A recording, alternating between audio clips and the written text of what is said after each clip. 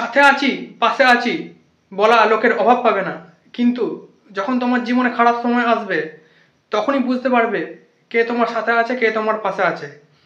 বন্ধু বান্ধব, আত্মীয় পরিজন, কাছের মানুষ অনেকেই দেখবে তোমার খারাপ সময়ে তোমার হাতটা ছেড়ে চলে গেছে।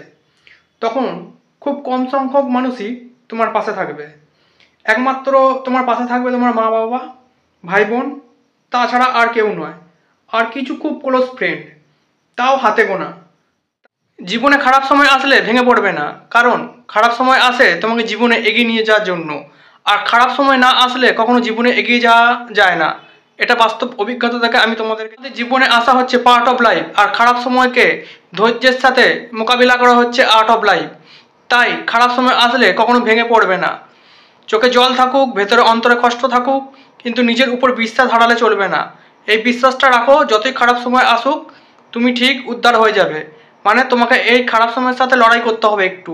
আর খারাপ সময়ে নিজেকে সচেতন রাখা এখন তো জীবনে খারাপ সময়ের একটা ভালো দিক হচ্ছে তুমি চিনতে পারবে কে তোমার শত্রু, কে তোমার মিত্র। জীবনে খারাপ সময় আসলে বুঝতে পারবে কে মুখ আর কে মুখোশ। তাই খারাপ সময়কে সবসময় ধন্যবাদ দিও। খারাপ সময় তোমার জীবনে কিছুটা সময় খারাপ, কিন্তু খারাপ সময় তোমার জীবনে অনেক ভালো সময় নিয়ে আসবে একটা সময় অবশ্যই।